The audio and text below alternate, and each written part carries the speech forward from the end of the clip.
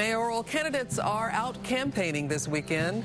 Right before Tuesday's election, Sly James knocked on doors in South Kansas City while Mike Burke made an appearance at a Northeast Neighborhood Association. Now, both men pledged to run positive campaigns, but days before the election, an anti-James TV ad and an anti-Mike Burke mailer appeared this week.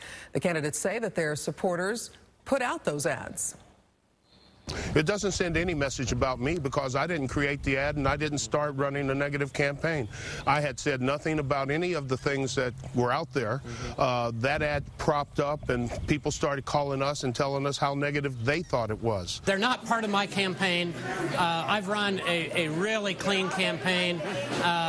Sly James supporters have a hit piece out today, really ugly mailing piece, and I hope people just ignore those last-minute ugly mailers. You'll find information on all of the races in next Tuesday's election on NBCActionNews.com. Click on Politics.